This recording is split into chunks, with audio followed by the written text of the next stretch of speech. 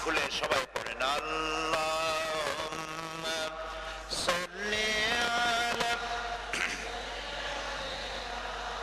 মাওলানা মুহাম্মদ ওয়া আলা আলি সাইয়্যিদিনা মাওলানা মুহাম্মদ বালাগাল উলা বিকামালিহি কাশাফাত দুজা বিজামালিহি হাসনাত জামিউ খসালিহি সাল্লু আলাইহি दुर्फशानी ने तेरे पत्थरों को दरिया कर दिया, दिल को रोशन कर दिया, आँखों को बीना कर दिया। बलगल उला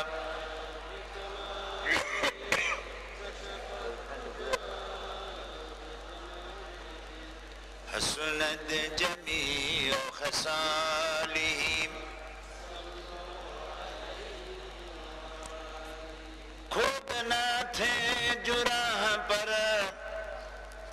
गैरों के हादी बन गए, खुद ना थे जुराह पर गैरों के हादी बन गए। क्या नजर थी जिसने मर्दों को मसीहा कर दिया। बलगल उला बिकमालिही कशफत दुजा बिजमालिही हसनत जमीउ खसालिही सल्लु अल्लाहुम्मा आमीन। रब्बना ज़लमना अनफुसना व इन लम तग़फिर लना व तरहमना लनकूनन्ना मिनल खासिरिन। आय अल्लाह ताआला দারুল আমান ট্রাস্ট কর্তৃক আয়োজিত পাবনা শহরের এই বিশাল ময়দানে আমরা তোমার দরবারে কয়েকবার দরুদ ও সালাম পড়ে হাত তুলেছি। মেহেরবানি করে আমাদের জিন্দেগীর গুনাহ খাতাকে মাফ করে দাও রব্বুল আলামিন। আমাদের মধ্য থেকে যাদের মা বাপ দুনিয়া থেকে বিদায় হয়ে গেছে, কবরগুলিকে জান্নাতের টুকরা বানায় দাও। আল্লাহ তাআলা এই মাহফিলের আয়োজন যারা করেছেন আর শোনার জন্য যারা এসেছেন, কিয়ামতের দিন এই মাহফিল আমাদের জন্য নাজাতের জরিয়া বানিয়ে দিও আল্লাহ। ইয়া রব করম তো अगर करे वो बात दे ज़ुबान को जो दिल पर असर करे। रब्बना तक़ब्बल मिन्ना इन्नका अंतस समीउल अलीम व तुब अलैना इन्नका अंतत तव्वाबुर रहीम। सुब्हान रब्बिका रब्बिल इज्जति अम्मा यसिफून व सलामुन अलल मुरसलीन वल्हम्दुलिल्लाहि रब्बिल आलामीन। পাবনা দারুল আমান ট্রাস্ট কর্তৃক আয়োজিত দুদিন ব্যাপী তাফসীর ও কোরআন মাহফিলের প্রথম দিবসের উদ্বোধনী দিবসের সম্মানিত সভাপতি, আন্তর্জাতিক খ্যাতি সম্পন্ন বিশিষ্ট ইসলামী চিন্তাবিদ, বিশিষ্ট শিক্ষাবিদ, আলেমে দ্বীন, গণমানুষের প্রাণপ্রিয় নেতা, পাবনার মাটি ও মানুষের সাথে জড়িত নেতা, আমাদের মুরব্বী হযরতুল আল্লাম মাওলানা আব্দুস সুবহান সাহেব আতালাল্লাহু উমরাহু ওয়া বারাকাল্লাহু ফি হায়াতি, হাজারাত উলামায়ে কেরাম, পাবনার সুপ্রিয় অধিবাসী, পাবনা এবং শহরের আশেপাশ থেকে আগত সম্মানিত ভাইরা, পর্দার আড়ালের বোনেরা, সুপ্রিয় সাংবাদিক বৃন্দ, আসসালামু আলাইকুম ওয়া রাহমাতুল্লাহি ওয়া বারাকাতুহু। আমরা সেই মহান আল্লাহ সুবহানাহু ওয়া তাআলার দরবারে লাখো কোটি শুকর আদায় করি যে মহান আল্লাহ তাবারক ওয়া তাআলা সুদীর্ঘ 3 বছরের মাথায় আমাদেরকে কোরআনের মাহফিলে এই মাঠে একত্রিত করলেন, সেই মনিবের দরবারে সেজদা অবনত চিত্তে শুকরিয়া জানাচ্ছি। পড়ছি আলহামদুলিল্লাহ। মহব্বতের সাথে জোরে সোরে পড়ি আলহামদুলিল্লাহ। রব্বানা লাকাল হামদ হামদান কাসীরান তাইয়িবান মুবারাকান ফীহি ইয়া রাব্বি লাকাল হামদু কামা ইয়ানবাগি লিজালালি ওয়াজহিকা ওয়া আযীমি সুলতানিকা। আমরা আল্লাহ তাআলার প্রশংসা করে নিলাম, কারণ তিনি যদি এই মাহফিলে আমাদেরকে আসতে না দিতেন আমরা কেউ আসতে পারতাম না। কি বলেন? আমরা যে আসতে পেরেছি, আল্লাহ দয়া করে যে আমাদেরকে এনেছেন, এজন্য শুকরিয়া আদায় করছি। ঠিক এই সময় আমরা যখন কোরআনের মাহফিলে বসা, এর আগে মাগরিবের পর থেকে কে ওয়াজ করছিলেন? মাওলানা বজলুর রশিদ সাহেব সুন্দর আলোচনা করতেছিলেন। এই মাহফিল আমরা যখন ওয়াজ করতেছি বা কোরআনের তাফসীর আলোচনা করা হচ্ছে, এই সময় বহু সংখ্যক লোক দোকানে ঘুরতেছে, রাস্তায় খামোকা ঘুরতেছে, চায়ের দোকানে বসে গল্প করতেছে, সেখানে কিছু লোক আটকা আছে। আবার কিছু লোককে আল্লাহ তাআলা এখানে নিয়ে আসছে। তো যারা আমরা কোরআনের মাহফিল আসতে পারছি, সেজন্য আল্লাহ শুকর আদায় করি আলহামদুলিল্লাহ। আর যারা আসতে পারে নাই, খামোখা গল্প করতেছে, সিগারেট টানতেছে, এখানে নিজেও আসে নাই, আরেকজনকে আসতে উৎসাহিত করে নাই, তাদের জন্য দোয়া করি যে আল্লাহ তাআলা তাদের দিলের মধ্যেও আমাদের মতো কোরআনের মহব্বত পয়দা করে দাও, তাদেরকে এই মাহফিলে আসার তৌফিক দাও। এটা হচ্ছে সেই মাহফিল যেখানে আসলে পরে ভাগ্য ভালো হয়ে যায়। সুবহানাল্লাহ কইতে ইচ্ছে করলো না? এখানে আসলে ভাগ্য কি হয়? ভালো হয়ে যায়, কপাল খুলে যায়। কারণ এখানে কেউ তার বাপের দাদার প্রশংসা করতে আসে না। কোরআনের মাহফিল যেটা, সেখানে কথা হয় কার? আল্লাহর কথা হয়, রাসূলের কথা হয়, ভালো কথা হয়। এই কথাগুলি শুনে জীবন যারা বদলাতে পারে তাদের কিসমত খুলে যায়। সুবহানাল্লাহ। আমি যেখান থেকে আলোচনা করতে চাই, এটা হচ্ছে সূরা তাহা। একটি আয়াত তেলাওয়াত করব এবং তার মধ্য দিয়ে কদ্দুর যাওয়া যায় আমরা চেষ্টা করব। কারণ হচ্ছে কোরআন হচ্ছে এক মহাসমুদ্র। কোরআন কি? মহাসমুদ্র। এর কোনো কুল কিনারা করা সম্ভব না। কোন মুফাসসির আজ পর্যন্ত তাফসীর লিখে বলতে পারেন নাই যে আমি হক আদায় করছি, আর কেউ না লিখলে চলবে। কোন মুফাসসির ওয়াজ করতে এসে, তাফসীর করতে এসে কথা বলে নাই তাফসীর আমি যা করলাম এরপর দুনিয়ার আর করা লাগবে না, আমি যা করার সব শেষ করে দিছি। পারছে কেউ বলতে? পারবে বলতে? পারে নাই, পারবেও না। কারণ কি? আল্লাহ রাব্বুল আলামিন বলেন, قُلْ لَوْ كَانَ الْبَحْرُ مِدَادًا لِكَلِمَاتِ رَبِّي لَنَفِدَ الْبَحْرُ قَبْلَ أَنْ تَنْفَدَ كَلِمَاتُ رَبِّي وَلَوْ جِئْنَا بِمِثْلِهِ مَدَدًا। আল্লাহ তাআলা বলেন, নবী আপনি বলুন, তাম পৃথিবীর সমস্ত পানিগুলি যদি কালি হয়ে যায়, আর তাই দিয়ে যদি আমার রবের কালামের ব্যাখ্যা লেখা যদি শুরু হয়ে যায়, কালিগুলি ফুরায় যাবে, আবার সমুদ্র ভরা হবে, আবার তাই দিয়ে লেখা হবে, আবার ফুরায় যাবে। লিখতে লিখতে তাম পৃথিবীর পানিরূপ কালিগুলি শেষ হয়ে যাবে, আমার রবের কালামের ব্যাখ্যা লেখা শেষ হবে না। এ হচ্ছে সেই কোরআন। সুবহানাল্লাহ, বলি সুবহানাল্লাহ। আল্লাহ তাআলা বলেন, নবী আপনি বলুন, তামাম পৃথিবীর সমস্ত পানিগুলি যদি কালি হয়ে যায়, আর তাই দিয়ে যদি আমার রবের কালামের ব্যাখ্যা লেখা শুরু হয়ে যায়, কালিগুলি ফুরায় যাবে, আবার সমুদ্র ভরা হবে, আবার তাই দিয়ে লেখা হবে, আবার ফুরায় যাবে। লিখতে লিখতে তাম পৃথিবীর পানিরূপ কালিগুলি শেষ হয়ে যাবে, আমার রবের কালামের ব্যাখ্যা লেখা শেষ হবে না। এ হচ্ছে সেই কোরআন। সুবহানাল্লাহ। আমি যেখান থেকে আলোচনা করতে চাই সেটা একটু তেলাওয়াত করে নেই। আল্লাহ তাআলা বলছেন, তাহা মা আনজালনা আলাইকাল কুরআনা লিতাশকা ইল্লা তাযকিরাতান লিমান ইয়াখশা তানজিলাম মিম্মান খালাকাল আরদা ওয়াস সামাওয়াতিল উলা।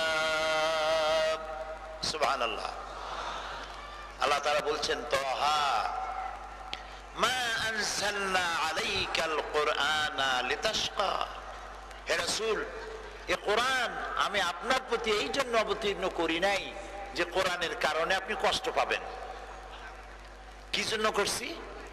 ইল্লা তাযকিরাতান লিমান ইয়াখশা, কষ্ট দূর করার জন্য কোরআন নাজিল করেছি। কোরআন হচ্ছে মানুষের কষ্ট দূর করার জন্য, এটা হচ্ছে নসিহত ওদের জন্য যারা তার রবকে ভয় করে। সুবহানাল্লাহ, সুবহানাল্লাহ। তাহলে কোরআন আসছে আমাদের কষ্ট দূর করার জন্য, ঠিক না ভাই? কে বলতেছেন? আল্লাহ তাআলা বলতেছেন। খুব মন লাগায় শোনেন, যে কোরআন আসলো আমাদের কষ্ট দূর করার জন্য। এই কোরআন এই পাবনার ঘরে ঘরে আছে কিনা? মুসলমানদের ঘরে। আর যারা জবাব না দিলেন, নাই? আছে। প্রত্যেকের ঘরে ঘরে কি আছে? কোরআন আছে। প্রত্যেকের ঘরে কোরআন আছে। কষ্ট কি দূর হয়েছে? কষ্ট দূর হয় নাই। খাবারের কষ্ট আছে, পড়ার কষ্ট আছে। কেউ নজরবন্দি, কেউ গৃহবন্দী, কেউ মারি খায়, কেউ রাস্তা বেরিয়ে পারে না, কেউ দোকানদারি করতে পারে না। টিচারকে বলা হয় আমার প্রতিষ্ঠানে আসবে না, ট্যাং ভাঙ্গি হাতে ধরাই দেব। তাহলে কষ্ট তো যায় নাই। কোরআন শুধু পাবনার ঘরে ঘরে নাই, তামাম পৃথিবীর সমস্ত মুসলমানদের ঘরে ঘরে আছে। এই ঘরে ঘরে কোরআন থাকা সত্ত্বে ফিলিস্তিনের কষ্ট দূর হয়েছে? কাশ্মীরের কষ্ট, আফগানের কষ্ট, ইরাকের কষ্ট, চেচনিয়া বুজনিয়ার কষ্ট, কোন জায়গায় কষ্ট দূর হয়েছে? কষ্ট বরং বাড়তেছে। তাহলে আল্লাহ কইলেন কি আর হইতেছে কি? মাথায় ঢুকতেছে কথা? কার কথা ঠিক? আল্লাহটা না অন্যেরটা? আল্লাহর কথা ঠিক, 1000 বার ঠিক, 1,00,000 বার ঠিক, কোটি বার ঠিক, অযুত অযুত, যার কোনো শেষ নাই, সীমা নাই। আল্লাহর কথার চাইতে হক কথার কারো হতে পারে না। ওমান আসদাকু মিনাল্লাহি কিলা, আল্লাহর চাইতে সত্যবাদী আর কে হতে পারে? সুবহানাল্লাহ। তিনি বলছেন, মা আনজালনা আলাইকাল কুরআনা লিতাশকা। ও নবী, কোরআন আমি এই জন্য নাজিল করি নাই যে আপনি এর দ্বারা কষ্ট পাবেন। কোরআন নাজিল করছি কষ্ট দূর হবে সেই জন্য। তো কষ্ট দূর হয় না কেন?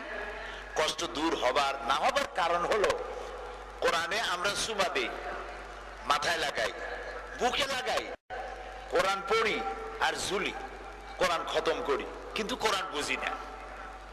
এটা ঠিক কিনা? কোরআন বলেন কথা, বুঝি না। চুমা খাওয়া অন্যায় না, কোরআনে চুমা খাওয়া অন্যায় নয়, বুকে লাগানো অন্যায় নয়, মাথায় লাগানো অন্যায় নয়, তেলাওয়াত করা অন্যায় নয়। তো অন্যায় কি? অন্যায়টা হলো না বোঝা। কোরআন বুঝি না, তেলাওয়াতও করতে পারি না, যা তেলাওয়াত করি তাও ভুল। কথা বিশ্বাস করেন কিনা? অধিকাংশ মানুষ তেলাওয়াত করে ভুল। আমারটাও কদ্দুর সহি হয় আমি জানি না, আল্লাহ ভালো জানে। আমার তো এমনি ইলম কালাম কম। সুবহানাকা লা ইলমা লানা ইল্লা মা আল্লামতানা। আমি কিছু জানি না, সেইটুক জানি যেটুক আল্লাহ শিখাইছেন। আলাইহি তাওয়াক্কালতু ওয়া ইলাইহি উনীব। তিনি যদি দয়া করে তার গোলামকে কিছু বলার তৌফিক দেন, তাহলেই বলতে পারবো, নইলে হাও করতে পারবো না। পাবনাবাসীদেরকে আমি অনেক ভালোবাসি। আমার প্রিয় পাবনাবাসী, আমি তোমাদেরকে ভালোবাসি, কারণ আমার শুরুই হয়েছে পাবনা থেকে। মনে আছে 1972 সন? 1972 সনের অগ্নিঝরা দিনগুলোতে আল্লাহ তাআলা এই ময়দানে আমারে আনছেন। দেশ স্বাধীন হয়েছে সবে মাত্র। বহুত আলেম শহীদ হয়ে গেছে, বহুত আলেম জেলখানায় চলে গেছে, বহুত আলেম পালায় চলে গেছে। ময়দান খালি, বক্তব্য রাখার মতো লোক নাই। তাআলা তার এই অযোগ্য গোলামকে কোরআন নিয়ে ময়দানে নিয়ে আসছেন, আলহামদুলিল্লাহ। এবং তখন এই পাবনার ময়দানে যারা আমাকে সহযোগিতা করেছিলেন সেই চেহারাগুলি আমার এখনো মনে পড়ে।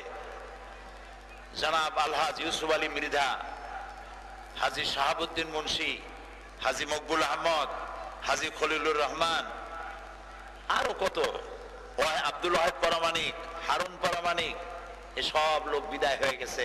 আল্লাহ তাদেরকে জান্নাতুল ফেরদাউস নসিব করে দিন। এই ময়দান থেকে কোরআনের আওয়াজ ৭২-এ উঠেছিল। আস্তে আস্তে করে মানুষ কোরআন শোনার জন্য পাগল হয়ে ছুটে আসতো, কোরআন শুনত। এটা সত্য কথা যে কোরআন লোকেরা ভালোবাসে, মহব্বত করে, কিন্তু বিশুদ্ধ তেলাওয়াত করে না, আর কোরআন বোঝেই না। কোরআন বোঝার সংখ্যা খুবই, খালি তেলাওয়াত করে আর জ্বলে, অন্য কোন সময় জ্বলে না। কোরআন পড়তে গেলেই জুলুমি আসে। পাবনা জ্বলে, তাও কত কয় না, জ্বলে, পড়ার সময় জ্বলা লাগে, ঝুলতেছে আর তেলাওয়াত করতেছে, বুঝতেছে না কিছু। রোজার মাসে পড়ে বেশি, একটা মাস কোরআন নাজিলের মাস, কাজে এই মাসে বেশি করে পড়তে হবে, খুব তেলাওয়াত করে। তারপরে ঈদের পরে এক জায়গায় গল্প করে, ভাই আমার পুত্রবধূ 7 খতম, আমার মেয়ে 9 খতম, আমার বউ 13 খতম, আর আমি মোটেও কিছু না করে খামোখাই খতম। কোরআন কি খতম করার জন্য নাজিল হয়েছে? বলেন কথা। কোরআন আপনি খতম করবেন এই উদ্দেশ্যে নাজিল হয়েছে? আপনি খতম করবেন খালি না, কোরআন আসছে, কোরআন আপনি তেলাওয়াত করবেন, বুঝবেন আর আমল করবেন, এই জন্য কোরআন আসছে। এই কোরআন না বোঝার কারণে কষ্ট বেড়েছে, কষ্ট কমে নাই, কষ্ট বেড়েছে। যেহেতু আমরা জীবন বদলাইতে পারি নাই, শয়তানও চেনে না মুসলমান কোনটা আর কাফের কোনটা, দুইজনের আমল সমান। ও ওজনে কম দেয়, ও ওজনে কম দেয়, ও খাদ্যে ভেজাল দেয়, ও খাদ্যে ভেজাল দেয়, এ ওরে থাপ্পড় মারে, ওরে লাথি মারে, কোনটা মুসলমান? শয়তানের চিনতে কষ্ট হয়, শয়তানও চিন্তা করে আল্লাহ কোন জমানায় আসলাম। আহারে মুসলমান, কোরআন বরকতের জন্য ঘরে রাখে, কথাগুলি পছন্দ হচ্ছে? বরকতের জন্য তেলাওয়াত করে, বরকতের জন্য ঘরে রাখে, যাতে জিন ভূত না আসে, তাই না? তারপরে এই কোরআন রেওয়াজ আছে আমাদের দেশে, অনুষ্ঠানের শুরুতে কোরআন তেলাওয়াত করা, 1 মিনিট 2 মিনিট একটু পড়ে। তাও আবার কোন কোন মন্ত্রী সে কোরআন শরীফ পড়াটুকুন পর্যন্ত ক্ষমতার দাপটে বরদাস্ত করতে পারছেন না।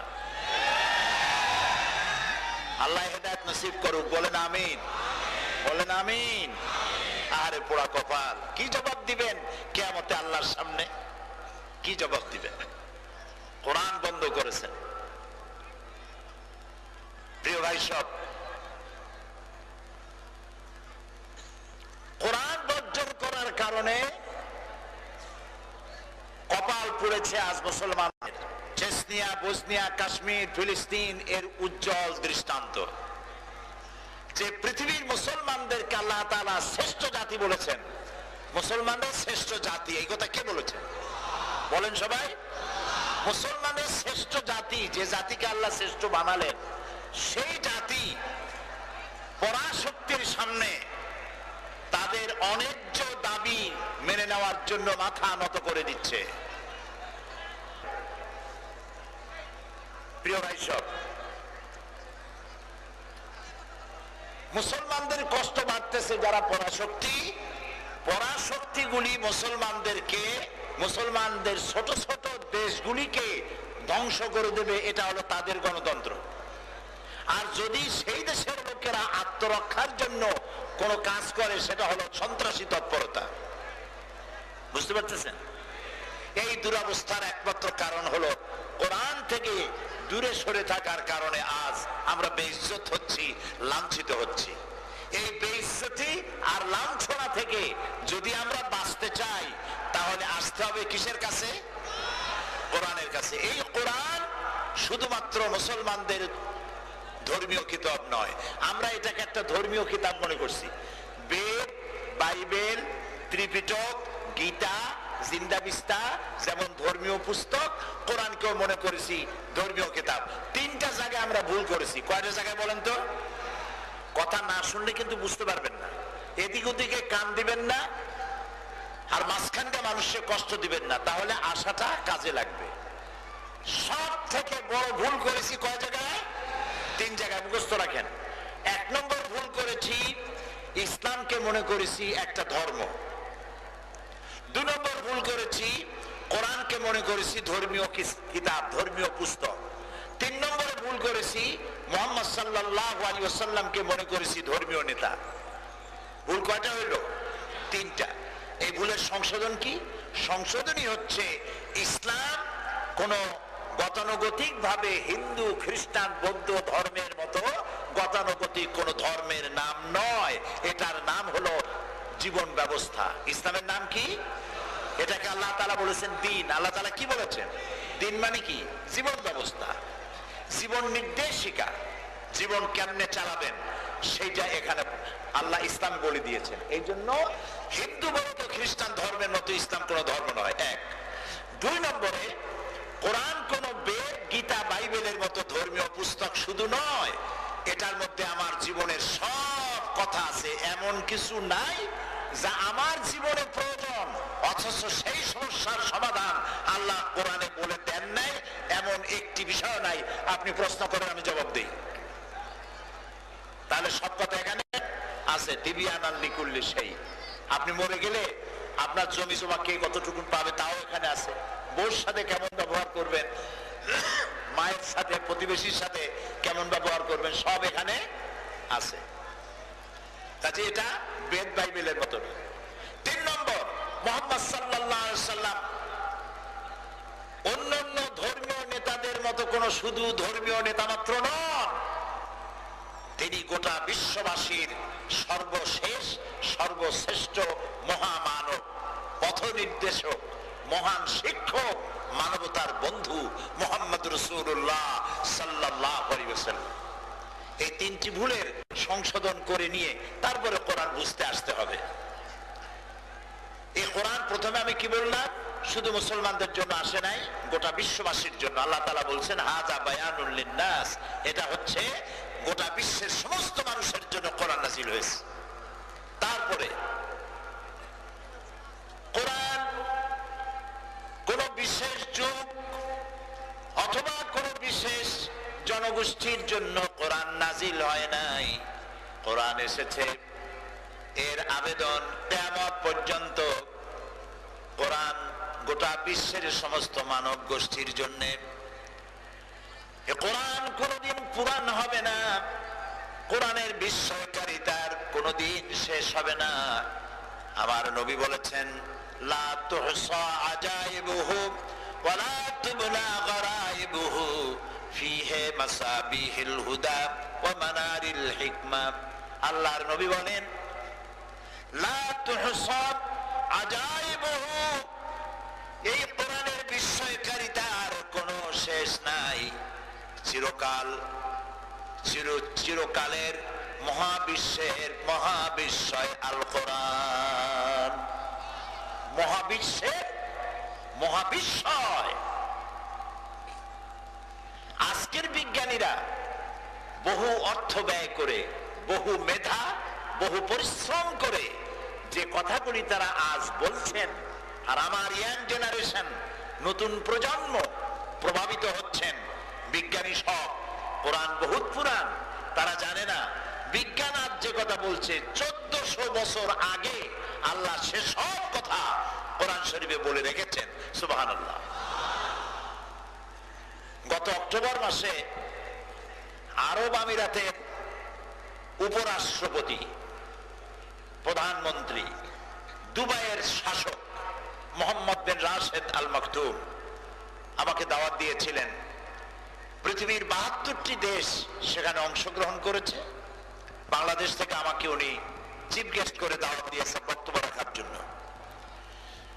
দুবাই ন্যাশনাল ঈদ গ্রাউন্ড, বিশাল ময়দান শহরের মাঝখানে, সেখানে আমাকে বক্তব্য রাখার জন্য দাওয়াত দিলেন রাষ্ট্রীয় মেহমান করে। আমার বক্তব্যের বিষয় ছিল the scientific miracles in the Holy Quran, কোরআনের বিজ্ঞানময় মুজিজা এ সম্পর্কে আলোচনা দেওয়া হলো। 2 ঘন্টা সময় ছিল। আমাকে আগেই জানাই দিয়েছে এই বিষয়ে বক্তব্য রাখতে হবে।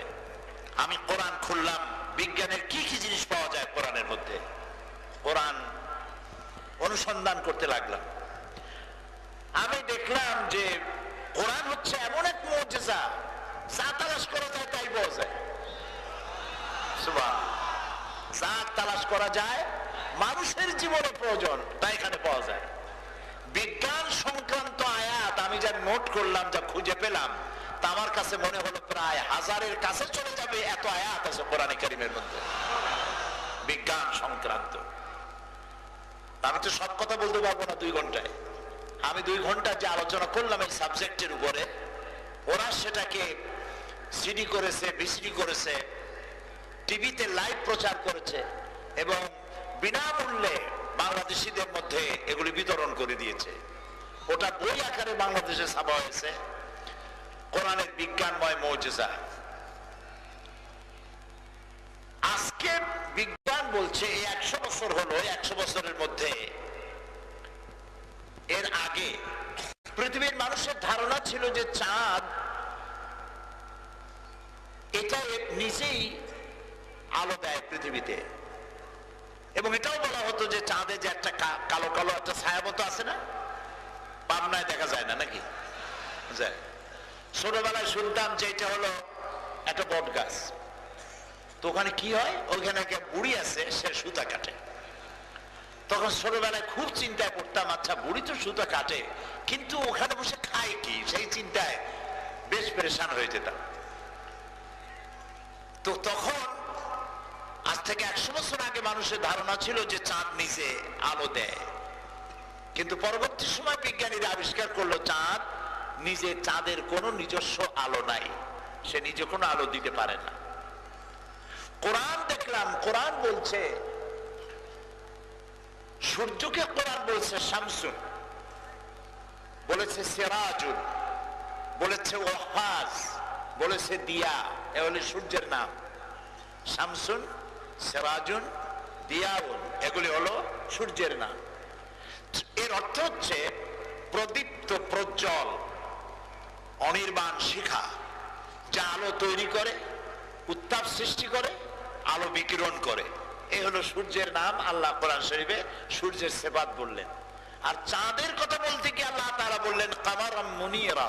কামার মানে চাঁদ, আর মুনিরা মানে আলোক প্রাপ্ত, যে আলোক প্রাপ্ত হয়ে আলো প্রদান করে। এর দ্বারা প্রমাণিত হলো চাঁদের নিজস্ব কোনো আলো নাই, সূর্যের কাছ থেকে ধার করা আলো পৃথিবীতে বিকিরণ করে।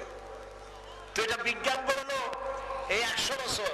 আর এর 1300 বছর আগে মুহাম্মদ রাসূলুল্লাহ সাল্লাল্লাহু আলাইহি ওয়াসাল্লাম কোন সায়েন্স একাডেমিতে কোন পড়াশোনা করেন নাই, কোন ডিগ্রি অর্জন করেন নাই, লিখতে জানেন না, পড়তে জানেন না, নামও সই করতে জানেন না নিজে, তার মুখ থেকে আল্লাহ তাআলা এই বৈজ্ঞানিক তথ্য প্রকাশ করলেন। সুবহানাল্লাহ। তো বিজ্ঞানের তথ্য নিয়ে আলোচনা করার আজকে আমার সাবজেক্ট না। আমি শুধু বললাম যে এর মধ্যে সব আছে। এটা আল্লাহ তাআলা নবী বলছেন লা তুহসা আজাইবুহু, এটার আশ্চর্যকারিতার, বিস্ময়কারিতার কোনো শেষ নাই। বিজ্ঞান যত আবিষ্কার বাড়াতে থাকবে, বিজ্ঞানকে ততই কোরআনের কাছে আসতে হবে। বিজ্ঞান ভিক্ষুকের মতো দাঁড়িয়ে থাকবে কোরআনের কাছে। বিজ্ঞান কি?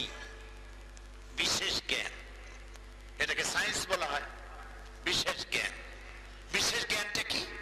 এই যে ধরুন আমার সামনে মাইক আছে, এটা তামা, এটা লোহা, এই যে এটা লোহা, আবার এটা দস্তা, এটা প্লাস্টিক, বিভিন্ন জিনিসগুলিকে দিয়ে একটা মাইকের আকার দেওয়া হয়েছে যাতে আপনারা কথাবার্তা শুনতে পারেন।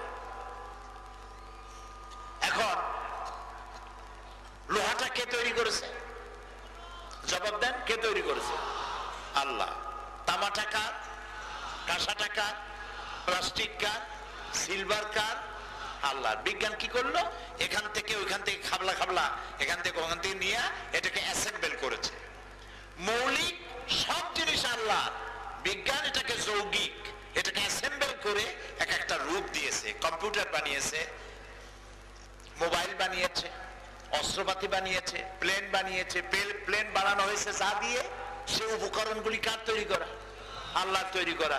আপনি যে ভাত খান, ভাত খান কি দিয়ে? চাউল দিয়ে। ভাত তৈরি হয় কি দিয়ে? চাউল দিয়ে। চাউলটা কে তৈরি করেছেন? আল্লাহ তৈরি করেছেন। এখন আপনি এই চাউল দিয়া ভাত তৈরি করেন, সিন্নি তৈরি করেন, পায়েস তৈরি করেন, তারপরে এই জামুল্লাই তাই করেন, এগুলি আপনি করতেছেন, কিন্তু মূল জিনিস তৈরি করেছেন কে? আল্লাহ তাআলা। বিজ্ঞান, পৃথিবীর সমস্ত বৈজ্ঞানিকেরা একত্রিত হয়ে একটা চাউল বানাতে পারবে? একটা চাউল বানাতে পারবে? পারবে না। বানাইতে হইলে আল্লাহর জিনিসগুলি একত্রিত করে বানাতে হবে। চাউল তো ভালো, একটা মুরগির ডিম বানাতে পারবে? জি, ঘোড়ার ডিম? ওরা তো পারবেই না। তাহলে বিজ্ঞানীরা যা কিছু করতেছে আল্লাহর জিনিস দিয়ে করতেছে, এই জন্য প্রশংসা হবে কার? বলেন জোরে। প্রশংসা আল্লাহ তাআলার হবে। রাসূল কারীম সাল্লাল্লাহু আলাইহি ওয়াসাল্লাম বলছেন, লা তুহসা আজাইবুহু, এর বিস্ময়কারিতার কোন শেষ নাই।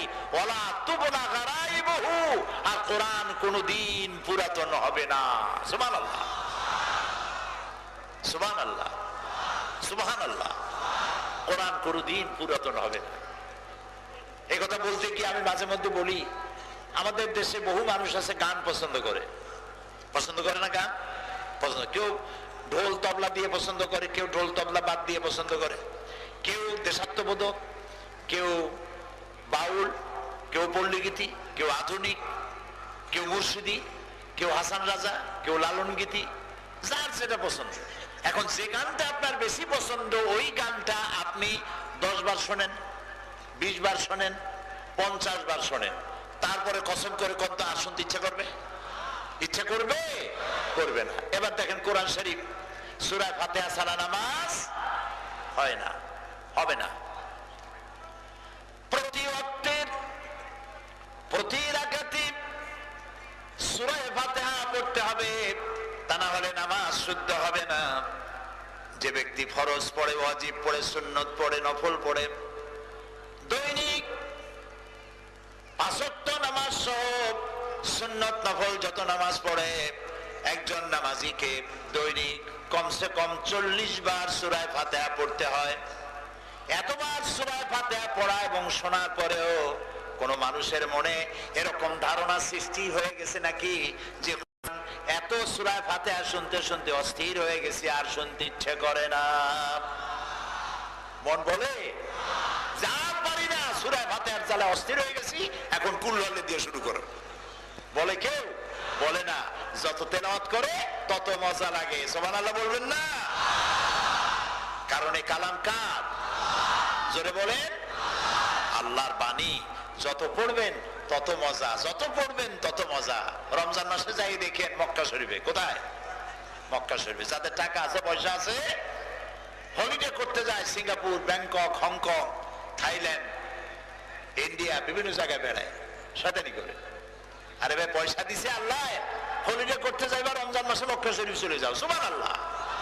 কোরআন যখন তেলাওয়াত হয়, আব্দুর রহমান আস-সুদাইস, সৌদ আশ-শুরাইম, আব্দুর রহমান আল হুজাইফি যখন তেলাওয়াত করেন, মনে হয় আকাশ থেকে কোরআন নাযিল হচ্ছে। মানুষ কান্দা পাগল হয়ে যায় নামাজের মধ্যে। সুবহানাল্লাহ। কি বাণী, কি মজার জিনিস! হায় রে কপাল পোড়া মুসলমান, সব শিখলো, কোরআন শিখলো না। সব জানে, কোরআন জানে না। আর একটা কথা কি জানেন? আমার তো শুধু এখন দুঃখই হচ্ছে।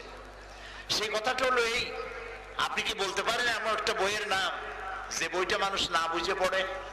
পৃথিবীতে একটা বইয়ের নাম বলেন যা মানুষ না বুঝে পড়ে। পারলেন না।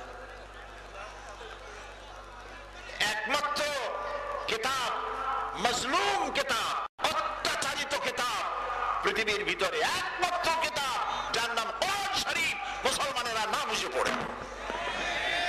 কপাল পোড়া জাতি, কপাল পোড়া জাতি। আপনার ছোট্ট বাচ্চা ছেলেটিও প্রত্যেকটা শব্দ বানান করে আর বুঝে পড়ে। ছোট্ট বাচ্চা, ওরে পরীক্ষা দিতে হবে, সেই জন্য সে অঙ্ক হোক, বিজ্ঞান হোক, ভূগোল হোক, ইতিহাস হোক, সাহিত্য, প্রত্যেকটা শব্দ বানান করে আর বুঝে পড়ে। একদম ছাগলও দুনিয়ায় নাই যে বই না বুঝে পড়ে। বলেন আপনি জানা থাকলে বলেন। হতভাগ্য জাতি, হতভাগ্য জাতি, কপাল পোড়া জাতি। কোরআন শরীফ পড়ার জন্য বিসমিল্লাহ পড়া বাধ্যতামূলক করা হয়নি। কোরআন পড়ার জন্য বিসমিল্লাহ পড়া কম্পালসারি নয়, কিন্তু আউযুবিল্লাহ পড়া কম্পালসারি। ওয়াইজা কারাআতাল কুরআনা ফাস্তাইজ বিল্লাহি মিনাশ শাইতানির রাজীম। যখন কোরআন পড়বে ফাস্তাইজ, আমরের ছিগা, হুকুম। কার হুকুম? বলেন জোরে।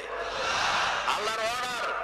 যখন কোরআন তেলাওয়াত করবে তখন অবশ্যই পড়বে আউযু বিল্লাহি মিনাশ শাইতানির রাজীম।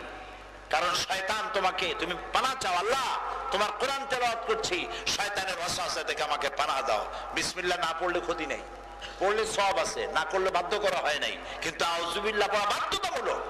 যদি না পড়েন ওয়াজিব তরকের গুনাহ হবে।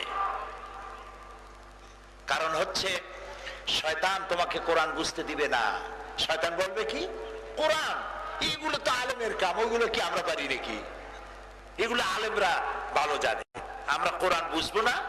আলেম এগুলো মৌলবীদের কাজ, হুজুরদের কাজ। এরকম ওয়াসওয়াসা শয়তান দেয় কিনা? তাও কথা কয়। শয়তান এই ওয়াসওয়াসা দেয়। তাহলে কি করতে হবে? কোরআন বুঝি না, কি করতে হবে? আসুন আমরা হাদিস আলোচনা করি, ওইটা সহজ। হাদিস হচ্ছে কোরআনের ব্যাখ্যা। হাদিসটা কি?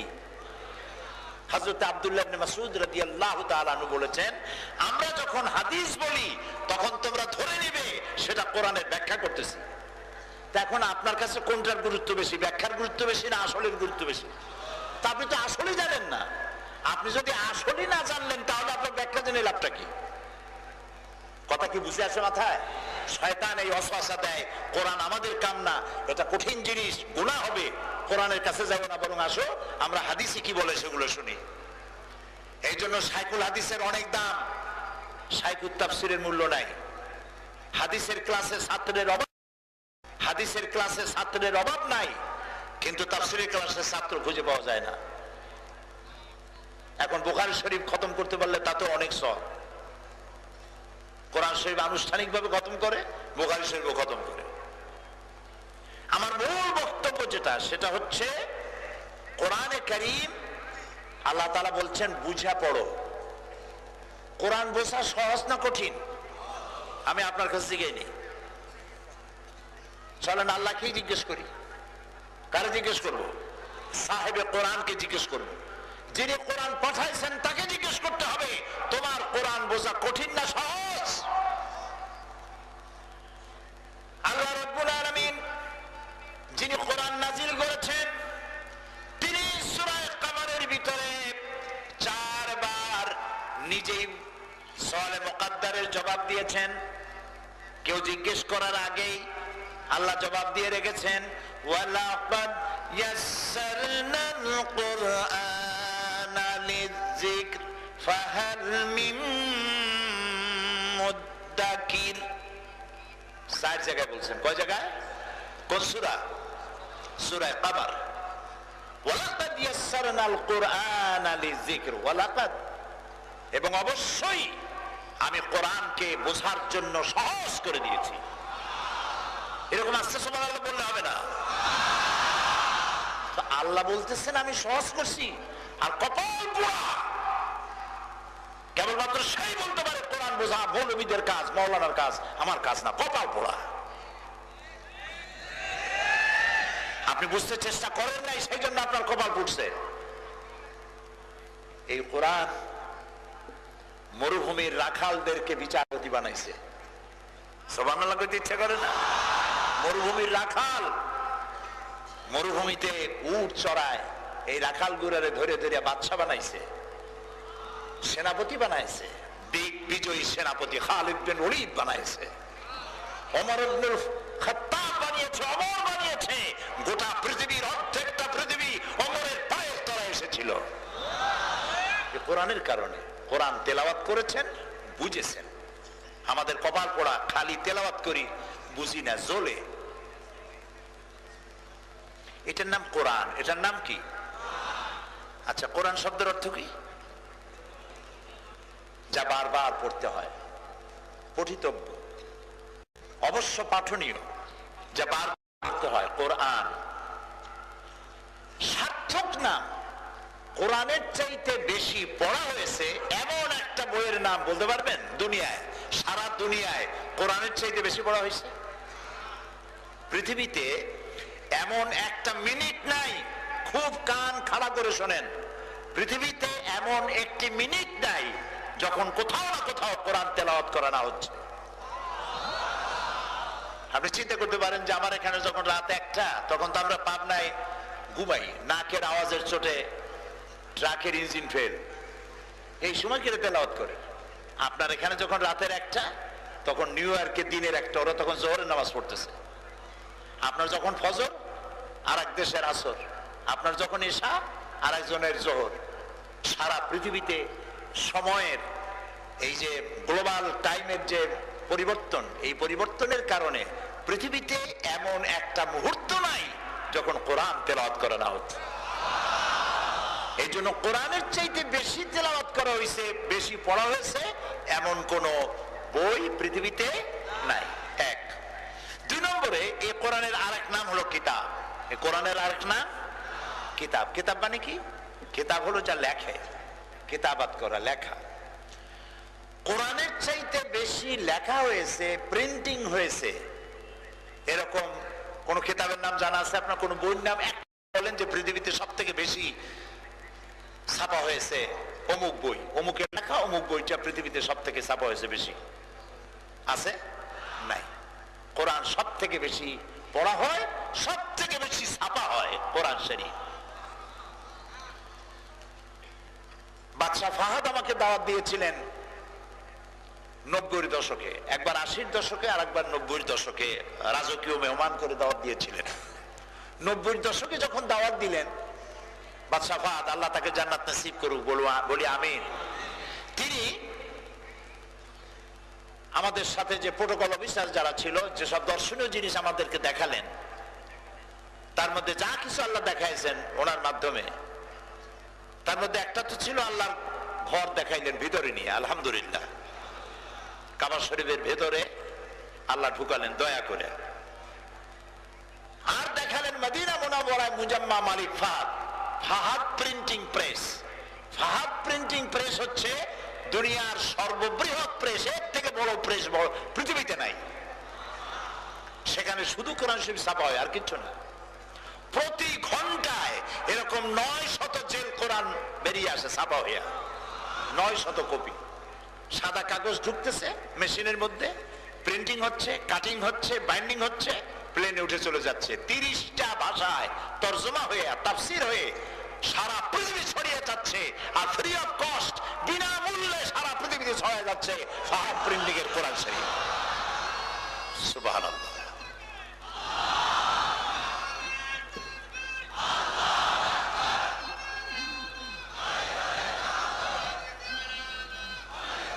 এইটাই ভালো স্লোগান, এইটাই সুন্দর স্লোগান, আল কোরআনের আলো, আল কোরআনের আলো। এইটা ভালো স্লোগান, কপাল খোলার স্লোগান। আর এইটা উল্টা সবগুলা কপাল পোড়ার স্লোগান। সুতরাং ইসলামের কোরআনের আলো ঘরে ঘরে পৌঁছায় দিতে হবে। কোরআনের নাম কোরআন, এর নাম কিতাব। রাসূল করিম সাল্লাল্লাহু আলাইহি সাল্লাম বলেছেন, লা তুহসা আজাইবুহু ওয়া লা তুবলা গারাইবুহু। এটা কোনোদিন পুরান হবে না। সুবহানাল্লাহ, সুবহানাল্লাহ। কোনোদিন পুরাতন হবে না। ফিহে মাসাবিহিল হুদা, এটা হলো হেদায়েতের মশাল, হেদায়েতের মশাল। ও মানারিল হিকমা, আর এটা হচ্ছে বিজ্ঞানের সুউচ্চ মিনার। বিজ্ঞানীরা যতই আবিষ্কার করুক, চিরকাল কোরআনের কাছে ভিক্ষুকের মতো 2 হাত দারাজ করে দাঁড়ায় থাকা লাগবে কোরআনের সামনে। চূড়ান্ত ফয়সালা দেবে কোরআন। বিজ্ঞানীরা আজকে বলছেন, ভ্রূণ তত্ত্ববিদরা, ভ্রূণ তত্ত্ববিদ, মায়ের পেটে যে বাচ্চা হয়, এই ভ্রূণ সম্পর্কে তারা বলছে যে ভ্রূণটা 3টা পর্দার আড়ালে থাকে। অথচ 1400 বছর আগে, কি বিস্ময়কর ব্যাপার, আল্লাহ তাআলা কোরআনের মধ্যে বলে রেখেছেন, ফি জুলুমাতিন সালাস, 3টি অন্ধকার পর্দার আড়ালে ভ্রূণ থাকে। কোথায় যাবেন? বিজ্ঞানীরা ওই যে যারা কোরআন জানে না, কুয়ার ব্যাং, সে তো সমুদ্র সম্পর্কে তার তো কোনো জ্ঞান নাই। সমুদ্রের কোনো জ্ঞান আছে কুয়ার? কি বলে কুয়ার ব্যাঙের? এই কুয়ার ব্যাং হলো নাস্তিকগুলি যারা আল্লাহকে অস্বীকার করে। তারা বলে unseen is nothing, there is no God. যা দেখি না তা কিছুই না, বিশ্বাস করি না। আর প্রভু বলতে, রব বলতে কেউ নাই, আল্লাহ বলতে কেউ নাই, স্রষ্টা বলতে কেউ নেই। কত বোতল খাইলে যে নাস্তিক হয় আল্লাহ। আল্লাহ নাই, কি আশ্চর্য কথা। এদের বুদ্ধি এত বেশি, বুদ্ধি ঠেলায় অস্থির হয়ে গেছে। এরকম বুদ্ধি যখন বেশি হয়ে যায় তখন অহংকার আসে। আর আল্লাহ তাআলা শিখাই দিয়েছেন সব থেকে বড় অহংকারী কে? শয়তান। আপনারা কি তাফসীর না শুনতে মনে হয় ভুলে গেছেন সব থেকে বড় অহংকারী কে? শয়তান সব থেকে বড় অহংকারী। সে বলেছে আমি তো আনা খায়রুম মিনহু, আদমের চাইতে আমি ভালো। খালাকতাহু মিন তিন ওয়া খালাকতানি মিন নার, তারে বানাইছো মাটি দিয়ে, আমারে বানাইছো আগুন দিয়ে। আনা খায়রুম মিনহু, আমি ওর থেকে বেশি বুঝি।